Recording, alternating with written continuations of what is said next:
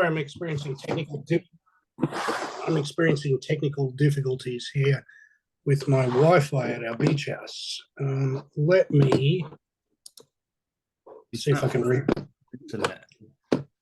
Let me see if I can reboot this and see if it'll happen.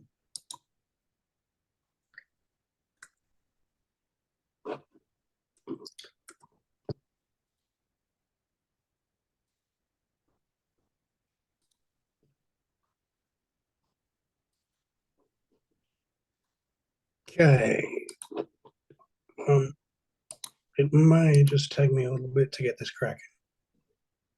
Morning, everybody in the chat, or evening, afternoon, where in the world is everybody today in the chat? If you're really motivated, you can click on the emoji and find the flag of your country. Villa on top. That has to be JR, doesn't it? Villa on top. He's talking about Aston Villa, the football club, I think. Kevin, it's Kevin. Okay. Yeah, your team really is on top at the moment. Hey, Graham, you're in Thailand as well. Let's see. Nicole's in Canada, USA, Ohio. Where else? USA, California. I want somewhere like really exciting. What's that place everybody gets the Palu residency? Isn't there anybody from Palu in the in the chat? California is just I've been to a lot of places, but I've not been to California. But isn't California crazy? Like you see it in a movie, say like Point Break. You can be on the beach, you can be on the city, you can be in the wilderness. Like everything is in California. That is nice. Atlanta, big rap city. All right, I'm just rebooting my computer to see if I can get some internet on it. I'm on a laptop at the moment, so give me 1 sec, and we will get after this. Hope, fingers crossed, I can get some decent internet here. I apologize for this. I'm just at my beach house at Noosa in Australia, which is proving Nice. to be problematical. Who on the call today was here for the first and second week of the stablecoin? If you weren't and you need to do some catching up, then I can grab the links of the call recordings for you. They're in the 100x coin club. I'm pretty sure they are. Hey, Michael. Yeah, you've been there for everyone. Kevin Villa on top. Yeah. Right. I have internet now. All right. I'm good. I'm good to go. Stop the share. Okay. We're going to log in on Zoom. Sorry, my computer's just taking a bit to log in. I'm like 30 seconds away here. Okay. Switch to this. I just seen something. What did Cameron say there? Ian, you get your ears lowered. What do you mean by that? All right, here we are. Okay. Apologize for that. And let's go to my history, and there's like 41 tabs, restore window. Oh, damn. All right. Apologies, people. Let me share my screen. And here we are. And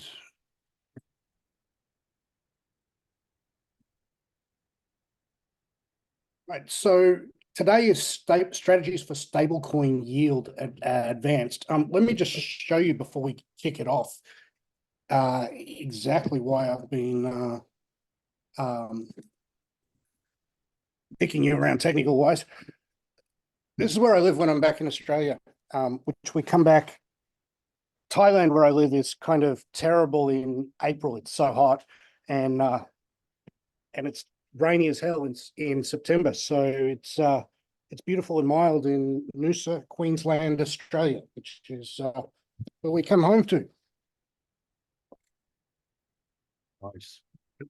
Yeah, and while I'm here, I have eaten until I've become tremendously fat. So I'll be dieting when I get back home.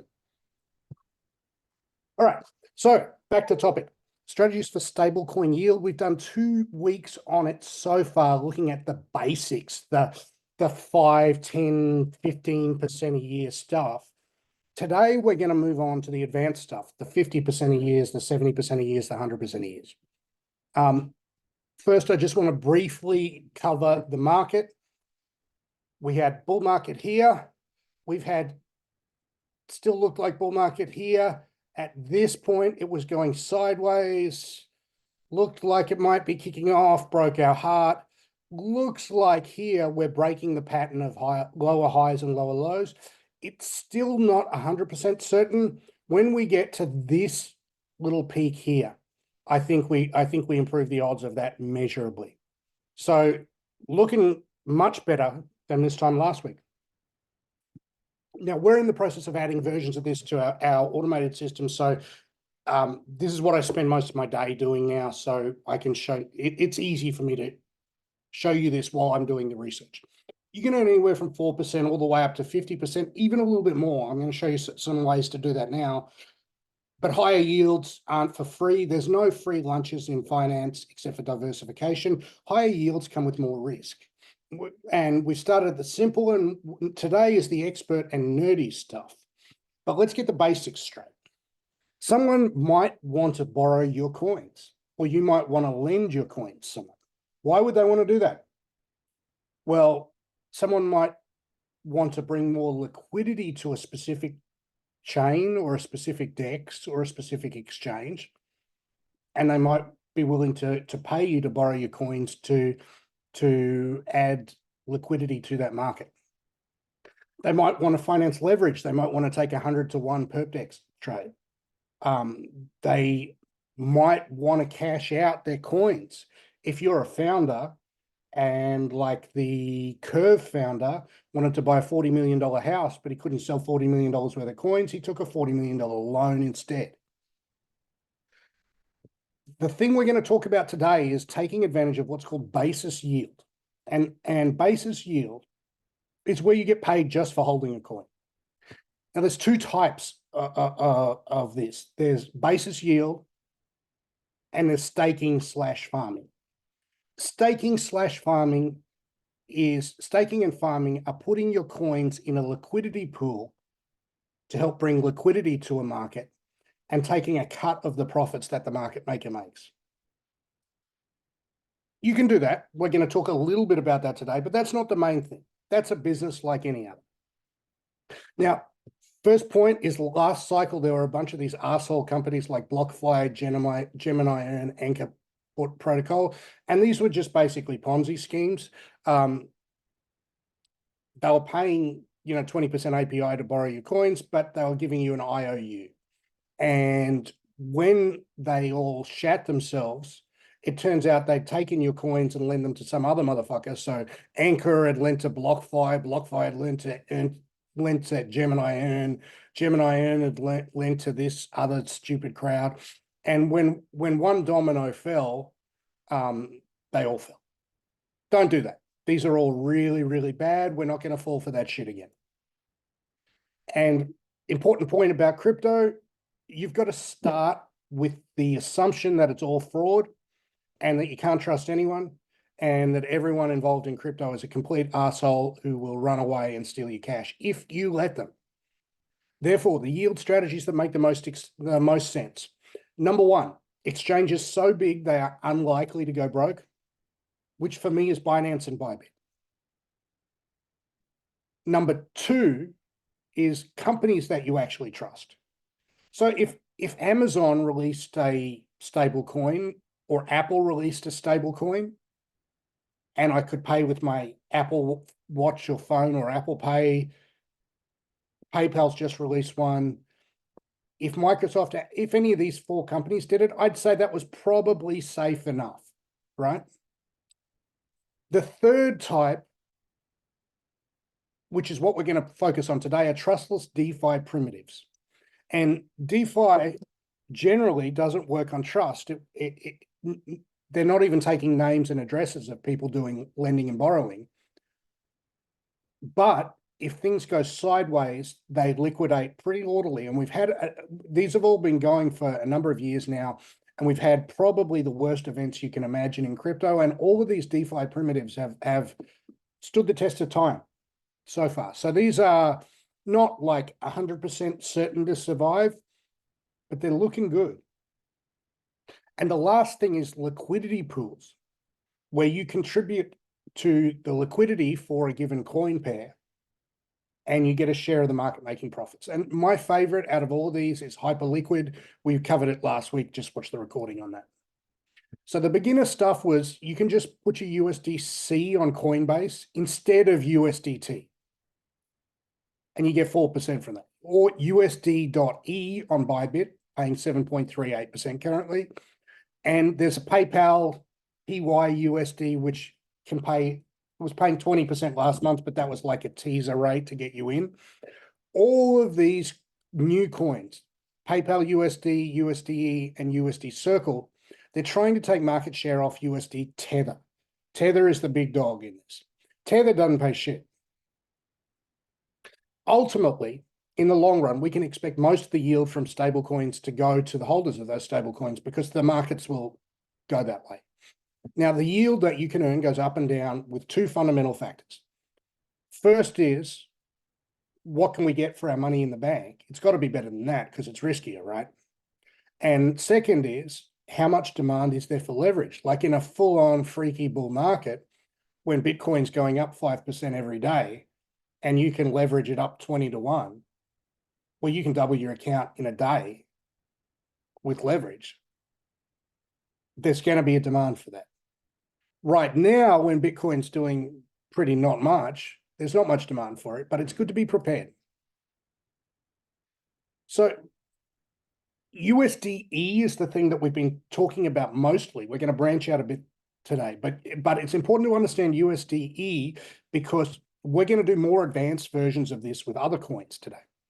So USD.E is a synthetic stablecoin. And what I mean by a synthetic stablecoin is that there's no stablecoin. There's no USD Tether. Now, when you buy a Tether, you're trusting that Tether has the money to pay you when you want it back. When you buy a USD.E, they're going simultaneously long $1 worth of Ethereum and simultaneously short $1 worth of Ethereum futures. So you can check on chain that they actually have that dollar and that they haven't stolen it or lent it to someone else. You can check that. So it's verifiable, it's trustless, and the price is stable because if Ethereum goes up, you win here and you lose here. If Ethereum goes down, you lose here and you win here, and it all balances out. Now, over the last year, you've been able to get up to, 27% and as low as sort of 4 or 5% doing that. It changes during the bull market phases. At the peak of bull markets, this is going to be very, very attractive. Anytime you start to see an overheated market, you start to think, fuck, I've made so much fucking money this year. This probably can't last. Then you want to think about taking some chips off the table and saying, look, 30% for the next year, for the next 3 to 6 months is probably better than taking the risk of this thing that's already 10xing again. That's just the truth.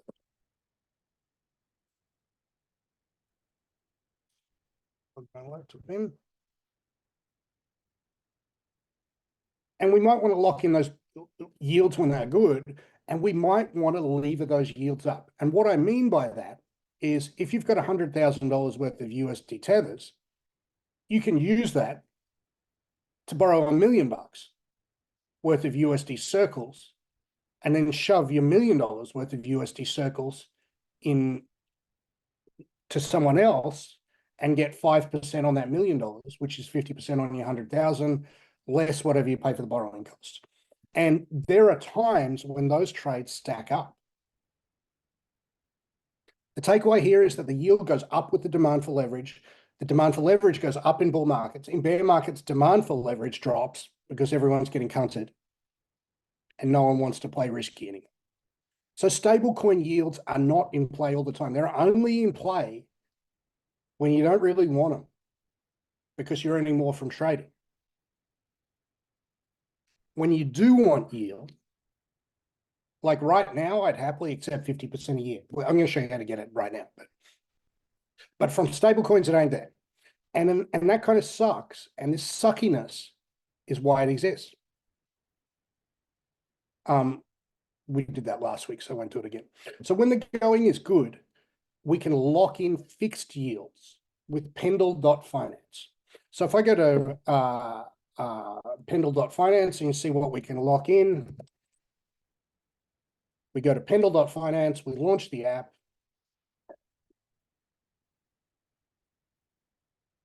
We search by API, APY, and we've really only got 12%, 9%, 11%. Like these are pretty ordinary fixed yields for 30 days, 104 days, 13 days. Like that's not particularly appealing to me.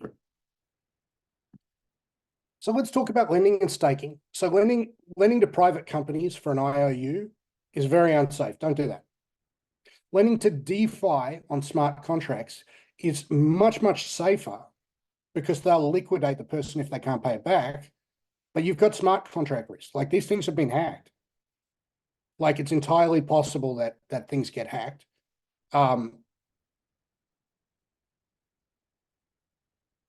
Yeah, so it's not risk-free, it's just lower risk. The next thing we can do is staking, where you provide liquidity for the coin and we share the market making profits. But the problem with that is, let's say I'm market making a Retardio coin. What if Retardio goes down? They're paying me they're paying me 100% a year in profits in Retardio, but Retardio could go down 75% like it has. Well, that's no fucking good, is it?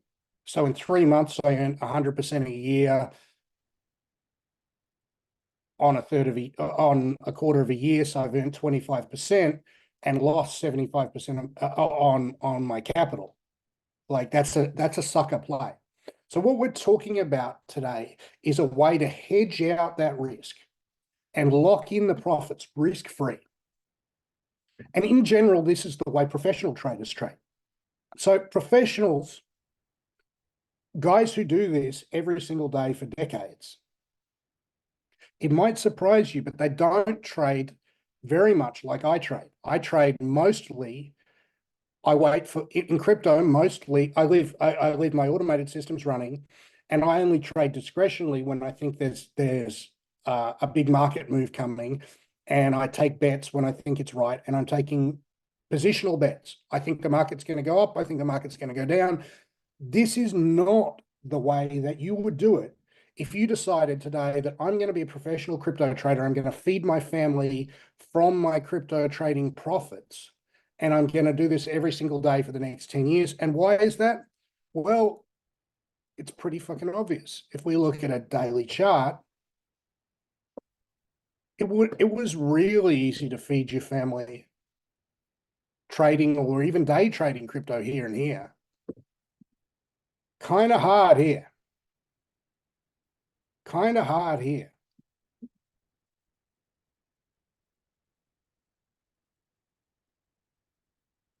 Does everyone get this point?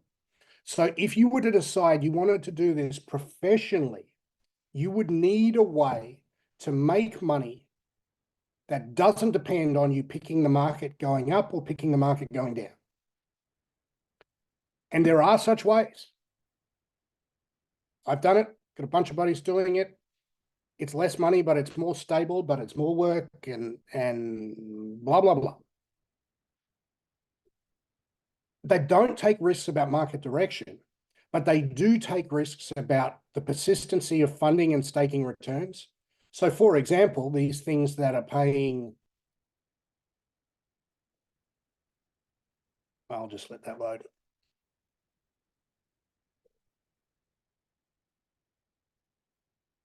So a trade that's paying you 50% a year might go down to 20% a year. They do take those risks. And they do take counterparty risk and smart contract risk and hacking risk and liquidation risk. But you always get paid for risk in the markets. There's no universe where you can take a trade and get paid and not take any risk. So if you want to be a professional trader, this is very, very important.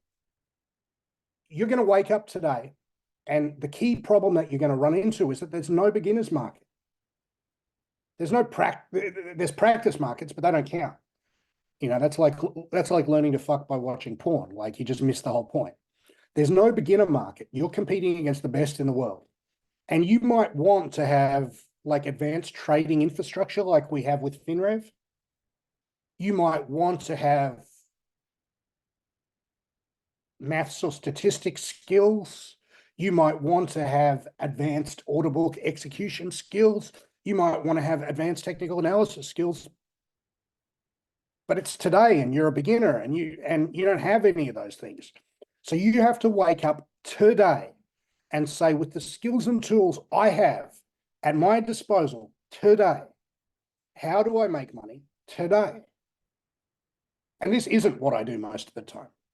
Most of the time, I'm waiting for a bull market and then punting on direction. When it's not a bull market, I go back to the bread and butter of professional trading, which is waking up every day saying, how do I make money today? Now, consider the artificial stablecoin USD.E. It's a synthetic stablecoin, which is really long Ethereum spot and short Ethereum futures. How much does that pay?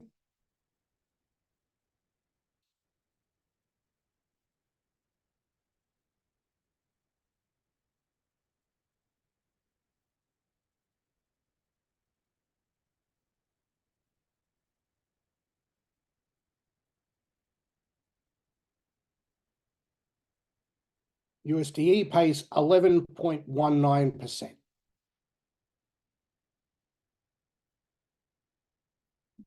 Who thinks 11% is attractive for playing in crypto right now? In the chat.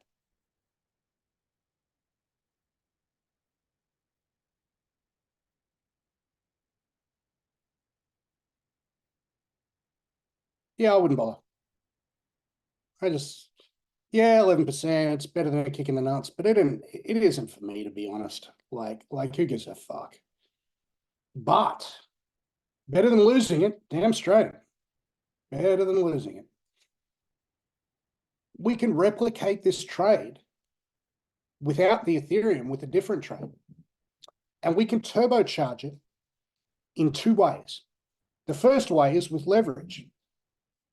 Instead of going long Ethereum spot and short Ethereum futures, we can borrow using, say, let me just log into here.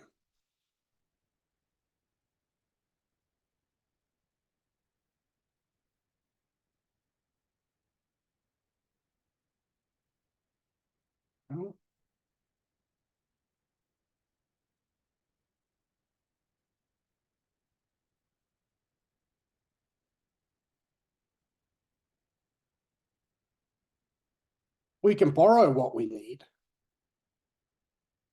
for 12%.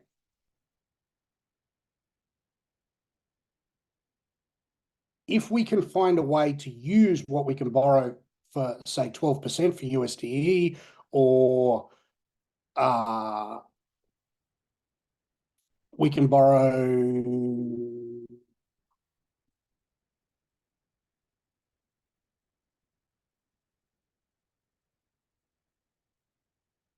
Ethereum for 12%.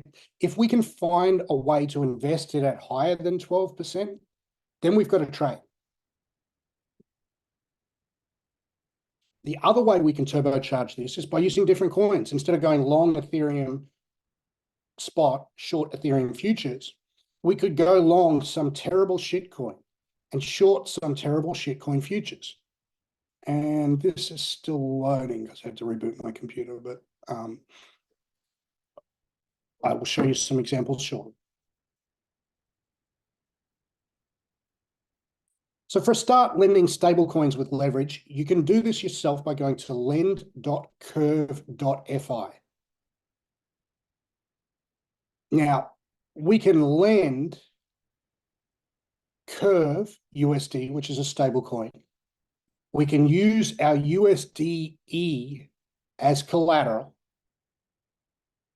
We can get 11 to 19%, which is a little bit of a scam, which is why I've highlighted this fine print here, which is part of it, only 5.39% comes from the yield. The rest is in, tokens and giveaways that in CRV, but you can cash those out into real money.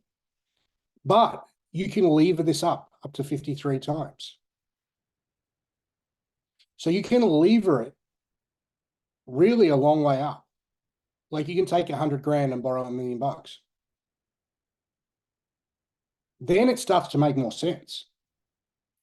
Sure, 11% or 19, even 19% doesn't sound that attractive.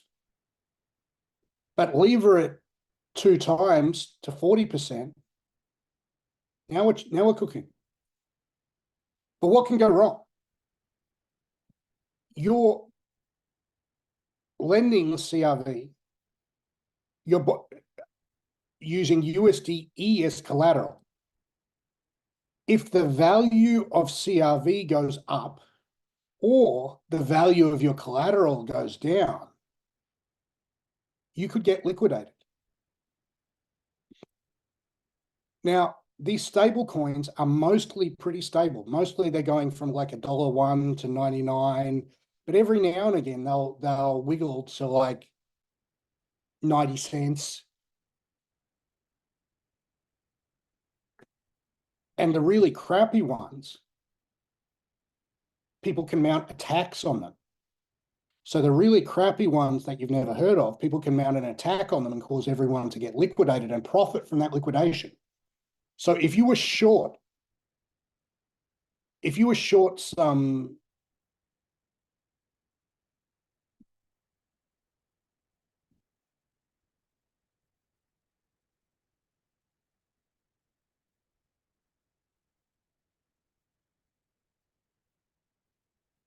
if you were short S dollar, whatever the hell that is, it's some crappy stable coin, and the value of it went down temporarily to 60 cents, and you were shorting it on leverage, you would make millions and millions of dollars straight away.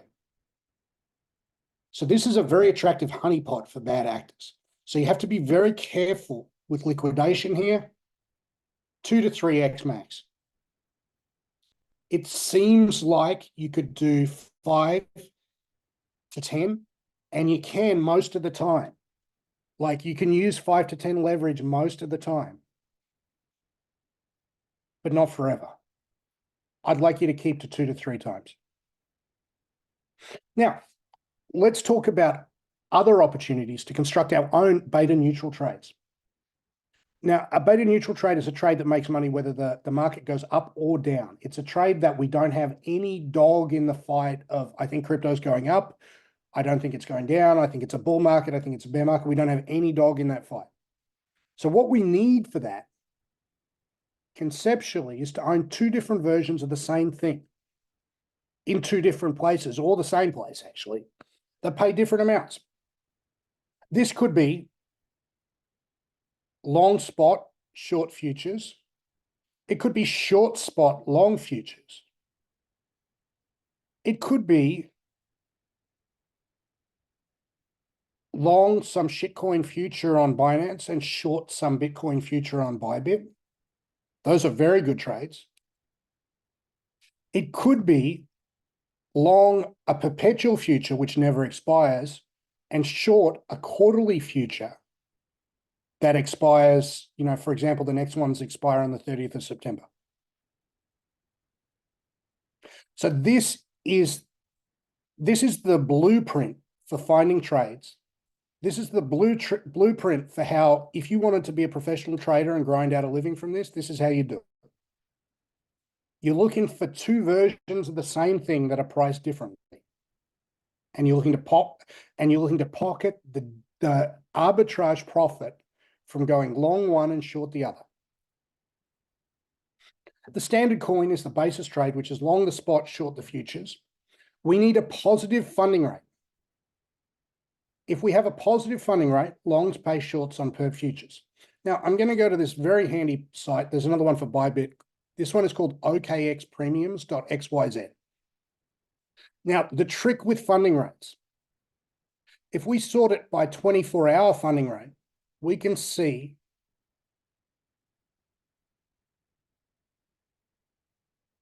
that you get paid 122% a year to go short Nero ETH. But Nero ETH is a meme coin. It's a manipulated coin. Like getting 122% probably isn't going to cover the risk that you're taking just from holding that stupid thing, right? Now, the trick with funding rates is that they are sticky. And what I mean is that the funding rate tomorrow, if the funding rate is high today, it's probably going to be high tomorrow. Those funding rates tend not to fuck around too much. And I'll show you this. Okay, so we can go to Coinalyze, go to funding rates. Let's pick, say, I don't know, Cardano. I haven't looked at you in a while.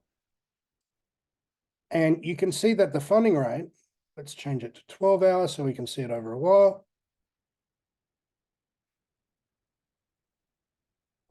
You can see that this funding rate has been positive most of the time, to varying degrees. But on any given day, if the funding rate was high today, it's probably going to be high tomorrow. Wiggles around a bit, but it doesn't like go from 0 to hero. Has everyone got that? Because that's the very important point. That funding rates are sticky. And that's what enables these trades.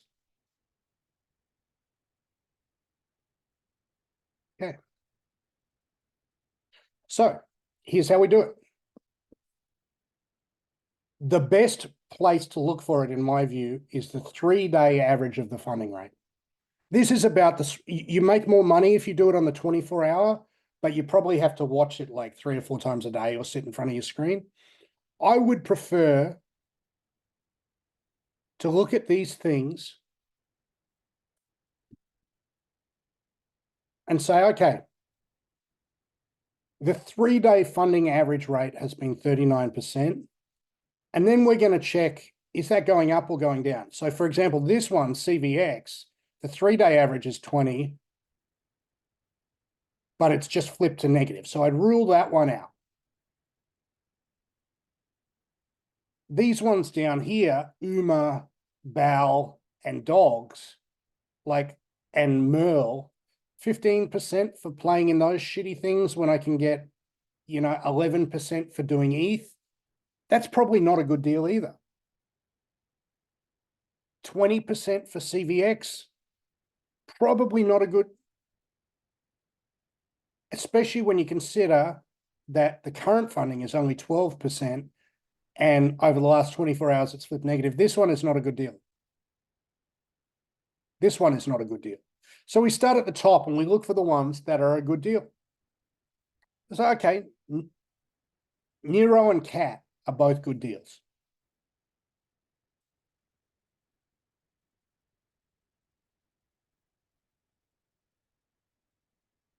So a positive funding rate, longs pay shorts. A negative funding rate, shorts pay longs. So a positive funding rate, Cat, shorts pay longs. 98% per year annualized, 120% over the last 24 hours, 40% over the last 3 days. It's probably a decent trade right here. Okay, so I'm going to take some questions here. So this is the workflow. You're sorting everything. The easiest trade to do is long spot short futures. And you're sorting everything and you're going, is there something janky about it? Some reason that I wouldn't want to take this? Like, is it changing too fast? Because remember, these things change, but you don't want to be doing it here when it's about to flip to the other side. Any sort of flipping is like no good for you. Okay, questions on this so far. Now we'll show you how to take the trade.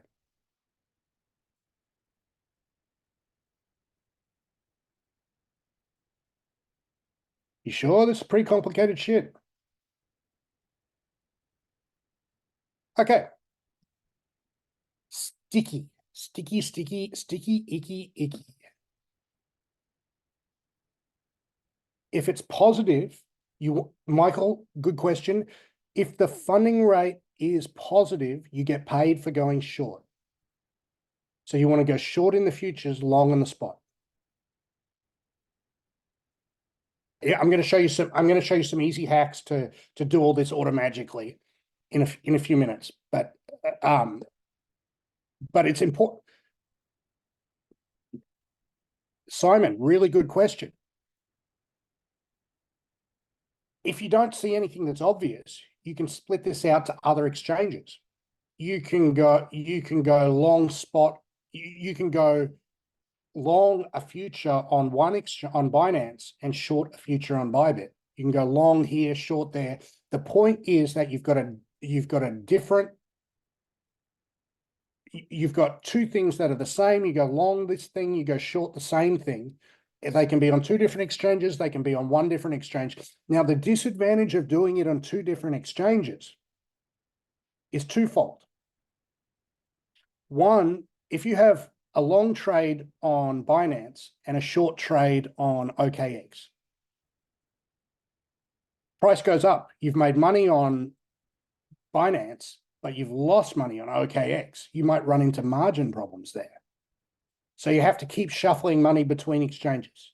So Simon, the trade still works with different exchanges, but it becomes operationally more involved because you have to shuffle money between exchanges to maintain margin levels, or you have to be more conservative and only do it with half your account. Does that make sense? More plates spinning, more things you can fuck up, more chances to wreck yourself. They do. Okay, Nicole says a really good thing. They don't cancel each other out.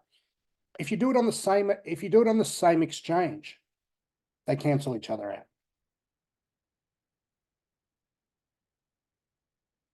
But let's say we go long 100 grand worth of cat. We go short 100 grand worth of cat futures and we collect this sweet 100% a year funding rate. What happens if cat goes up 50% per day?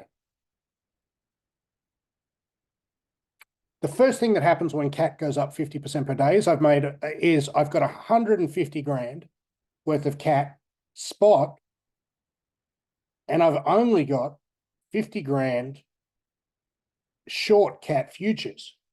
So they no longer cancel each other out and I have to pay attention and you have to rebalance. Now, let's talk quickly about rebalancing. These are carry trades, Richard. All of these are carry trades. So I can't say it any better than head of research, James. Rebalancing exposures is a lot like making love to a beautiful woman. You don't want to do it abruptly. You don't want to just go market sell $1 million here, market buy $1 million here. You want to do it gently, smoothly, little by little. Now, Nicole, you would never use a stop loss on a trade like this. Why wouldn't you? Because let's say it hits your stop loss on one leg of the trade, you're still in the other leg of the trade. And also, there's the reason to hit a stop loss is because you've lost money. But if you're and specifically the reason for hitting a stop loss is you would hit a stop loss when you've lost so much money. But if you're long $1 million worth of cat and you're short $1 million worth of cat, how is it possible for you to lose money? You can get unbalanced and fail to rebalance. That would cause you to lose money.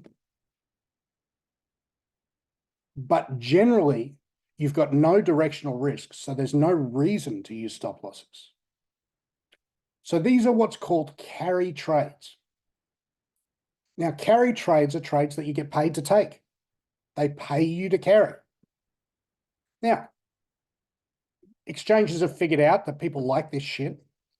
I'm going to post in the chat. This is the Binance perpetual arbitrage data. They do all the work for you on Binance now. So what I just showed you with the mechanical, like the workflow, you don't need to do all that. I'll show you Binance and then I'll show you Bybit. The others all have their own thing. Google's your friend. So we go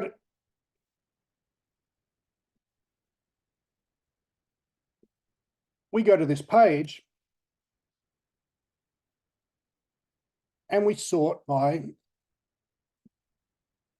USD SM, a stablecoin margin contracts. Let's look at the coin end, see what we got here.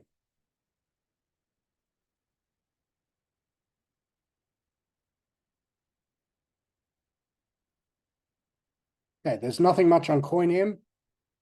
Are there any arbitrage opportunities on their options? Nope. Let's go back to the stablecoin margin, perpetual futures rate. Arbitrage data. So you go to Binance Futures, contract information, USD SM, which is stablecoin margin, then go to arbitrage data, and it tells you how to do it. They have a little button that does it all for you, which I'm going to show you in a sec. So right now we have all of these are pretty appealing trades, right? We can go short Cyber USDT, which is spot, and we can go long Cyber USD perpetual and get 45% per year for that.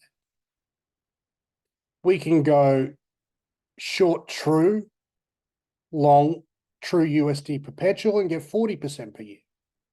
KSM, LPT, like these are pretty reasonable trades. Are any of these appealing to the people in the chat?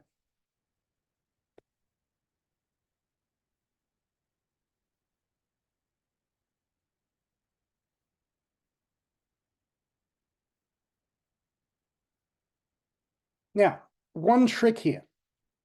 If it seems too good to be true, it's usually because someone's doing a massive amount of crime on the end. So when these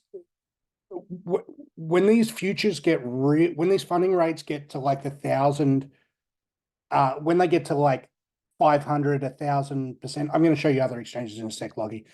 When the funding rates get to really huge, like over sort of 500% a year, usually it's because someone is just dumping their coins and the coin is worthless, or it's a rug, or there's some terrible thing to do. So you don't want to switch your brain off and go, oh, more money is better. Don't forget, no one gives us free money in this world. People give us money for taking risk. The range that we stay between, really good question, Black Note, depends on how hot the market is. If the market is red hot, like say it was back in March, 100 to 200% is perfectly reasonable. Right now, I'd stay between 20 and 50. Does that make sense? Now, don't forget that these carry trades go up and down with the demand for leverage. All right. Bybit has its own version of this.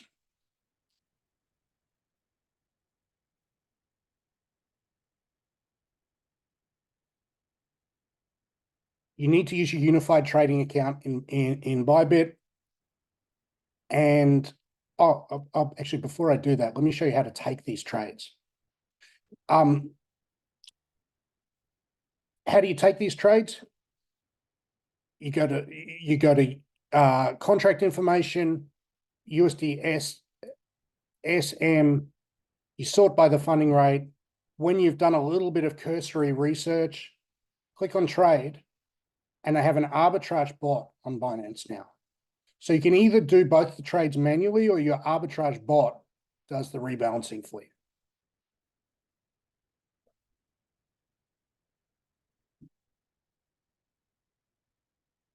Now, the question, how often do you need to adjust these trades?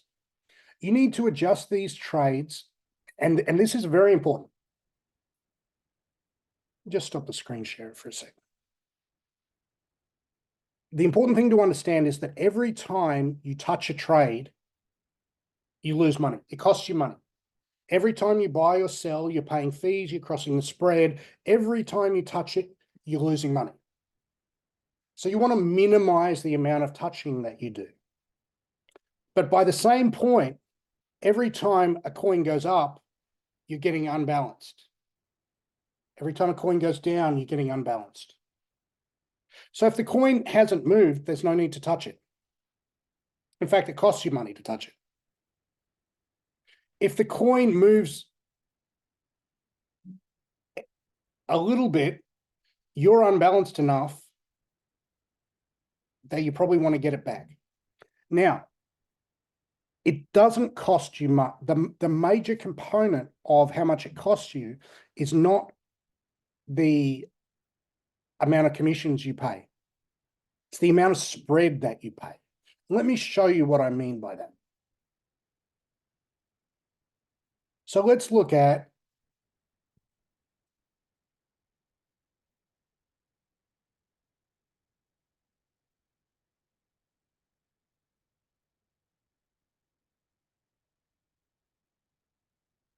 Bitcoin.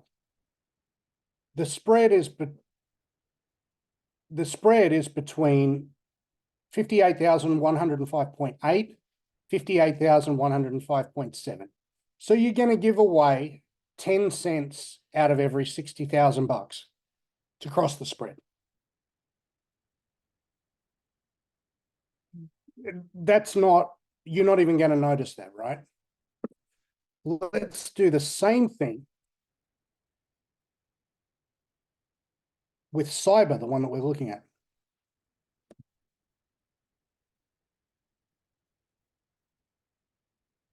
$3.414, 3.413, but look how thin it is. There's only like 3,000 bucks there. If you have 100,000 bucks, well, you're going to get cunted. And the same up here. You know, you can trade 100 grand in Bitcoin between here and here. But what have we got? We've got 25 grand with a 424 to 416 with an 8-cent spread.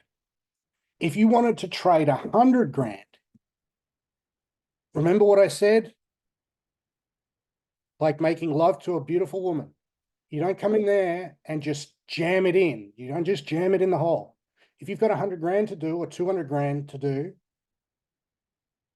you just do it a little bit here.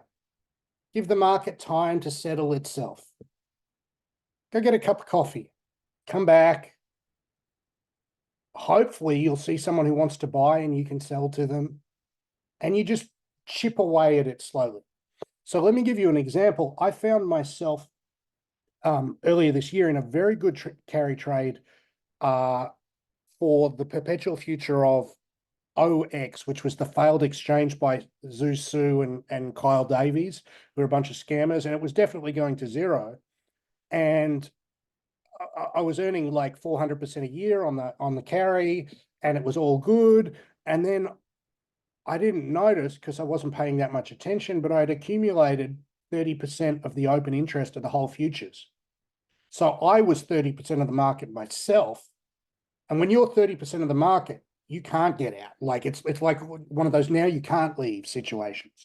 Now you're fucked. So what I had to do then was, for about a month, every time I sat down at the computer, I sold $20 worth of this stupid fucking thing. Like $20 at a time. I had to work my way out of this, like 20 times a day. It was just a ball ache like you wouldn't believe. Okay, so if you're doing it on Binance, you have an arbitrage bot that can keep it all balanced for you. My advice is that these bots will never do it as well as you in the order book yourself. Bybit has the same thing. You can arbitrage between, so for example, here you can see there's an arbitrage between Bitcoin, USDC, and the 29th of March Bitcoin fixed contract.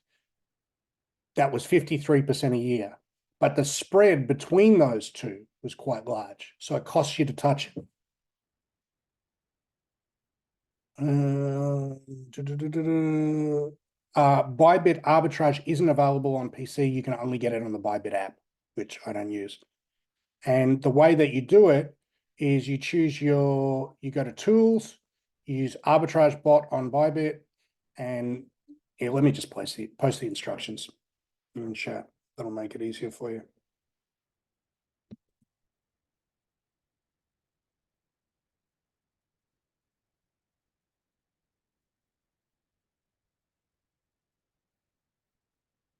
Okay, so questions on this so far?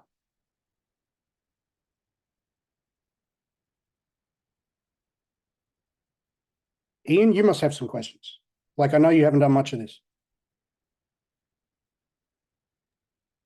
I would suggest a delta of about 10% is about where you want to step in. So if it gets more than 10% out of whack, I jump in. If the thing is if the thing is Bitcoin, I might jump in at 3% if I can be fucked. Hyperliquid is very, very good on the funding rates. Like there's a lot of arbitrages between Hyperliquid and the other perp dexes, Hyperliquid and DYDX. Yeah, Hyperliquid on funding rates is like top tier, actually, top tier. There is a lot of like long Binance, short Hyperliquid type trades, and these trades are all variations of the same thing. It's all long something and then short some different version of the same thing on some other exchange. That's all they are. Don't forget, with perps, you've got a lot of leverage involved, so you can lever these the fuck up. Simon, good question. With volume, how much does liquidity play a part in the ability to take some of these trades? So the better trades, the ones that are very, very, very attractive, tend to be low liquidity. Because don't forget, you're not being paid free money, you're being paid for taking risk. And the big part of the risk is that you get cunted on the spread, that the funding rate changes abruptly, those kinds of things. And those are more likely to happen with microcap shitcoins than Bitcoin and Ethereum. Hence, why you're being paid more. It's important to understand why you're being paid.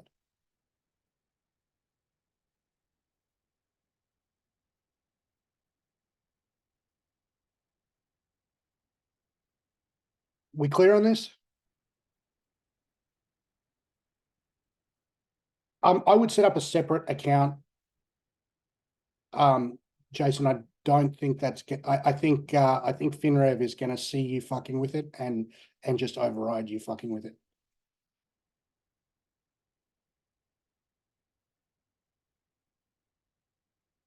Okay, so while we're here, let's just take a look at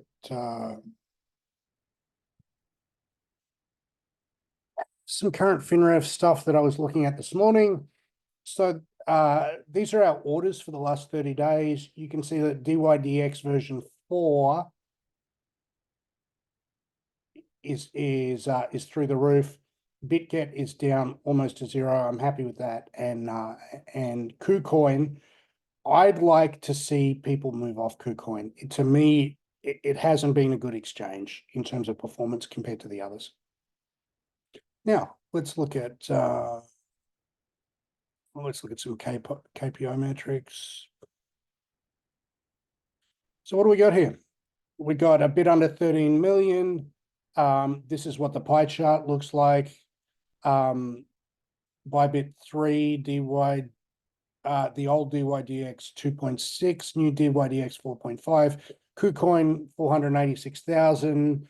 Binance is the best performing account, but not everyone has access to it. BitGet is not bad, actually. Not bad. So this is what our exchanges look like. Let's look at some performance metrics. Let's look at the last 6 months.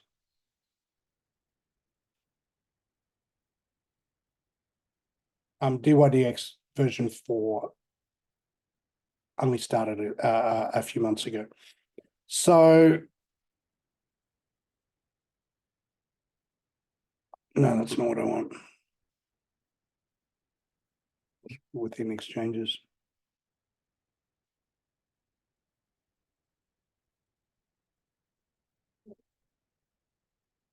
So this is the average of all our accounts at various volatility targets. You can see that our lowest volatility target didn't make nearly as much in the good times, but didn't give back nearly as much in the bad times. The highest volatility target made the most in the good times, got as high as 117% for the last year, and it's currently sitting at 66% for the year.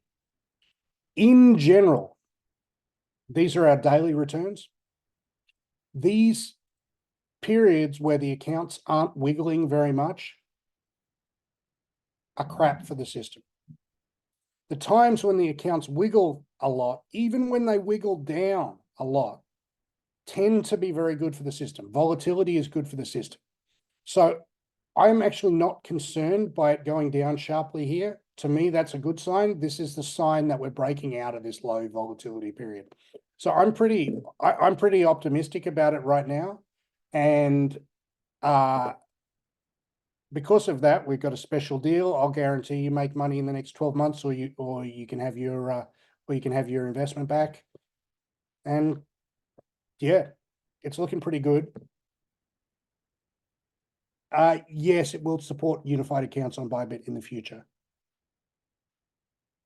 So what's next for us with FINREF? Now, looking at this,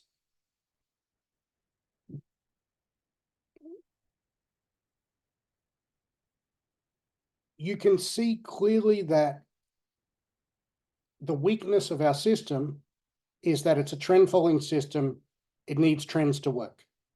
When we're chopping around, we lose money. When we get trends, we make money. That's okay because we always get trends eventually. But the last 6 months has been a ball ache. What we would like ideally is, even if we didn't make as much money in the good times, to just have it more steady and smooth. And so we're on a sprint to do the biggest upgrade that we've done to our system since inception. Let me bring you up some numbers.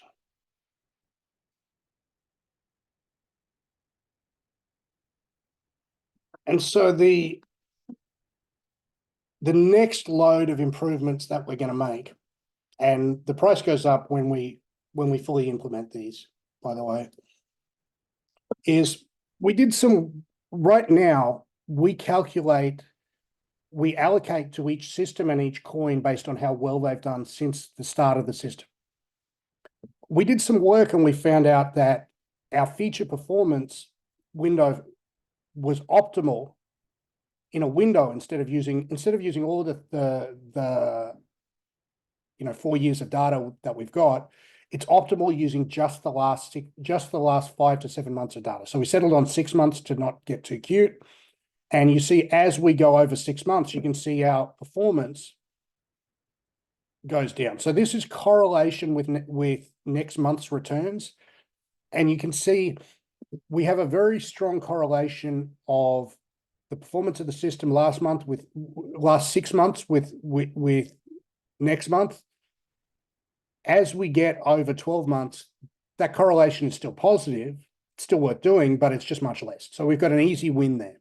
That's the first thing that we're doing. The second thing that we're doing is this is trend following correlation with next day vol adjusted returns. So 0000 is a coin flip.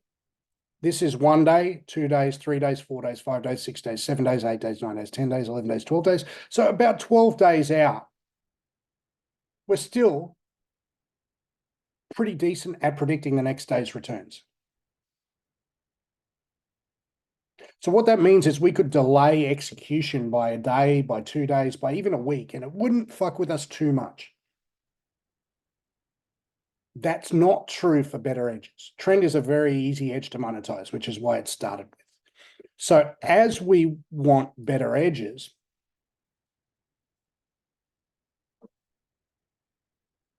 the next best edge that we're going to add, this is 1 day cross-sectional carry, 3 day cross-sectional carry, 5 day cross-sectional carry. If we go back, you can clearly see that better execution is needed for those.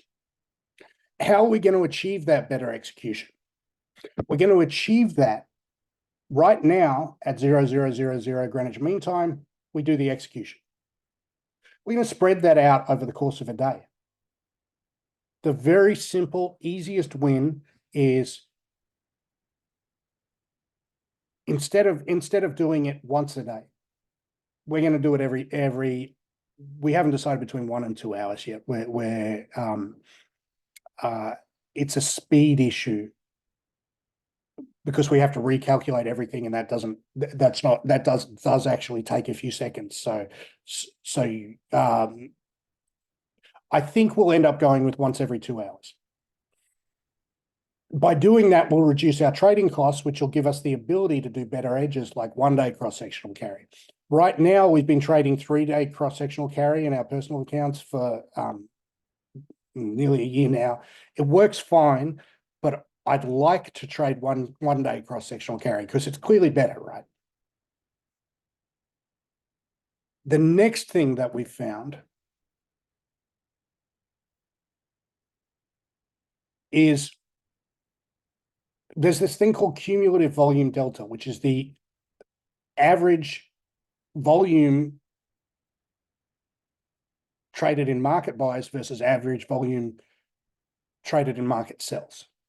When we average that to a 2 day aggression imbalance, this looks like a very strong edge. Difficult to monetize. We couldn't monetize it with the execution we've got now, but if we sell execution, I think it's going to be really big. Next thing,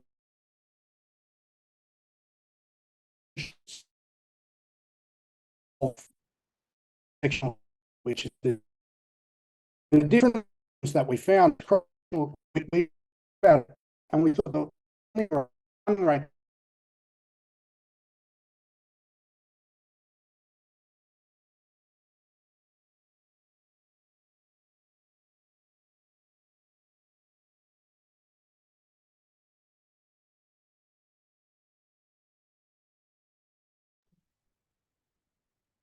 Sorry, did I just drop out there? Am I back? Yep, you're back now, dude. You're only away for maybe 10 seconds at the very most. Okay, so what we're looking at is, and well, not looking at, looked at, is that using forward-looking measures of funding rate, namely change in it's called premium and change in premium. We found 2 extra edges, which look to be very strong. They look to be even better than this. So what we're doing is we're blending CVD 1 day cross-sectional momentum, 3 day, 1 day cross-sectional carry, 3 day cross-sectional carry, 2 day aggression imbalance, which is CVD, 3 day and 1 day premium, and 3 and 1 day change in premium. And we're using intraday seasonality on our execution. And what that means is that we have some reason to believe that people trade differently at different times of the day. We have some reason to believe that at the change of the daily bars, where we're currently doing all our trading, people are seeing the daily bar roll over and they're doing their trading around then. And that's making things really very noisy around that time. So by spreading it out and not changing around that daily bar, hopefully we get a pretty substantial improvement in execution. The more improvement in execution, the closer we can get to running, 1 day cross-sectional carry instead of 3 day, which is a big boost. So these are the biggest changes that we've ever made. I think it's the next generation of thing, and the purpose of it is to make it so that instead of like this, we get something that's a bit more like this. And so I'd like to invite you to join us now before we do that, because as always, we raise the prices when we release a new version, and once it's proven itself and once the results are on the board. So we have 3 tiers of FinRev available for you today. We have FinRev Silver, which is $1,000. We have FinRev Gold, which is the system that I've showed you today, which is $6,500 for 3 years of fully automated trend following trading. And we have FinRev Platinum, which is $9,500. This is all the new systems I've just demoed to you, but it also gives you the ability to split up between exchanges and to run degen accounts. And so what I mean by a degen account is that you can run run one account at super high leverage, targeting 1,000% returns or higher. Like we've got one guy who's got 2,000% returns on it with massive drawdowns. Like I wouldn't let you do that with your main account, but if you're on FinRev Platinum and you're running, if I've got a main account that's planning on earning 100% a year, and I've got another account that's taking a big risk in earning and trying to earn 2,000% a year, that's sensible to me. It's just not sensible to do it one at a time. So yeah, if you want access, we've also got a special deal. If you don't make money in the next year, you're eligible for a refund, full refund, no questions asked. And that deal is open until the bull market kicks off. And in my view, the bull market kicks off when we hit here. So this deal is open until here. Ian, what's the shortest period of time you could see us getting to Bitcoin 70,000? Good question. That is after the buy signal. Yeah, I don't know. Could be 2 weeks, could be 3 good days, right? It could be, yeah, which is part of the excitement of crypto. So my immediate, without even thinking about it, answer was 3 to 5 weeks, but it could also be 3 to 5. Right. It could be anywhere from 3 to 5 days to 3 to 5 weeks. And to clarify, if you've booked your call and you've booked the call then and it pops over later, you're still in for the deal, you're still grandfathered in. But yeah, so I feel very confident in this. This is, I got my own money in it. It's the last 6 months, my discretionary trading has just gotten the shit beaten out of me. Like my Retardio bags, all my bags. Let's not say anything about my Trent bag. Holy shit, it's fucked. Poor guy, he just got torched. The dogs and the cats took the bait. Poor dude. she really outsmarted him. And yeah, so my discretionary trading hasn't been great. But my automated trading, I'm still in the game. That's the beauty of automated trading. Like you're always still in the game. You're never out of the game. You're never wrecked. You're never fucked. You really don't have to worry about it. So finrev.trade/call. And I'll post that in the chat.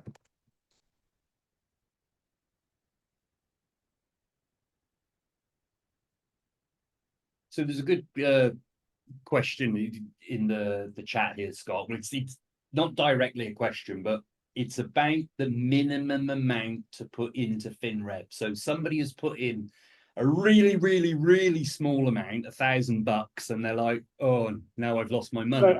So $1,000, you're going to be getting some suboptimal outcomes here.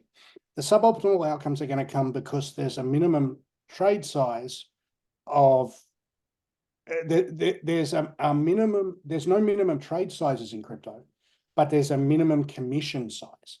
So you're going to be paying the minimum commission all the time, and those minimum commissions start eating in. We've had people do it with as low as $200 and make really good money. I think that people don't pay enough attention to transaction costs, and personally, I wouldn't do it with less than $5,000. Personally,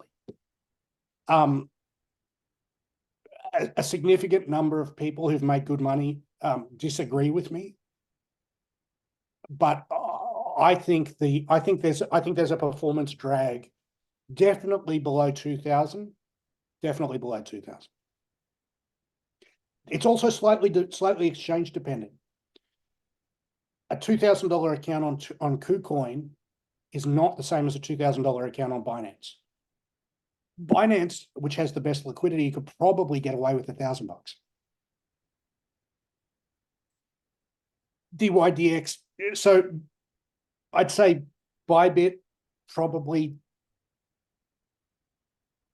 1,500, Binance probably 1,000, DYDX version 4, 2,000.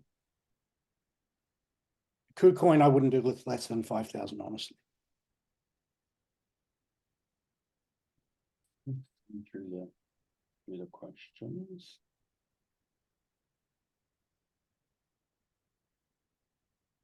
If you Bybit and Binance are neck and neck, I wouldn't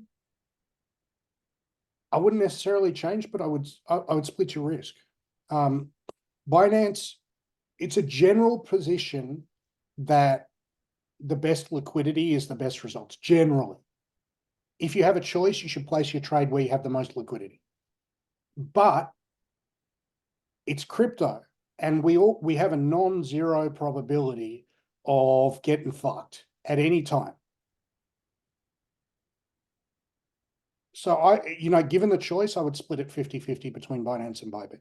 I don't do that. I'm 100% in Bybit, but MEXC, no. MEXC started ripping off their clients about 3 years ago when they banned external market makers. Yeah, MEXC is all bad now. I just had a quick look at FinRev's positioning as well. There's lots more longs that are coming into it. Sorry, I've lost my thread with that. Yeah, I just checked. Yeah, I was super sure. There's slight differences in the portfolios from exchange. Different exchanges have different lists of coins. It's always going to be a little bit different. Is there any way to say that this list of coins is better than that list of coins? No, I think that's fanciful. We've had long periods where, like DYDX version 3, which I don't think is the best exchange, but it outperformed everything because they had all these dinosaur coins, which for some reason the dinosaur coins went through a stage of just crushing it. So is it predictable that way? No, it's more random than anything. If you've got a process which has an element of randomness in it, the optimal thing to do is not to try and guess which random lucky thing is going to win. It's probably just to average it out.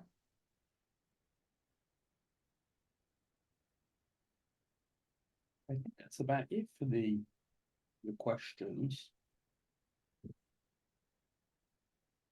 Okay, guys. Femex is growing like a weed. Their token, which I actually own in my personal account, has done really well. It's the standout great coin of my portfolio. As an exchange, I enjoy using it. I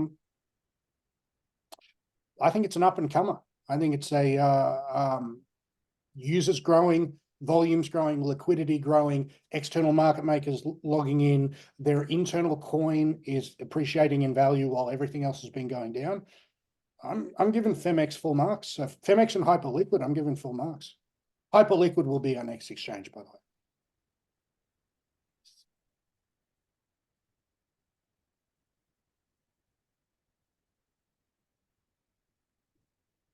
Oh.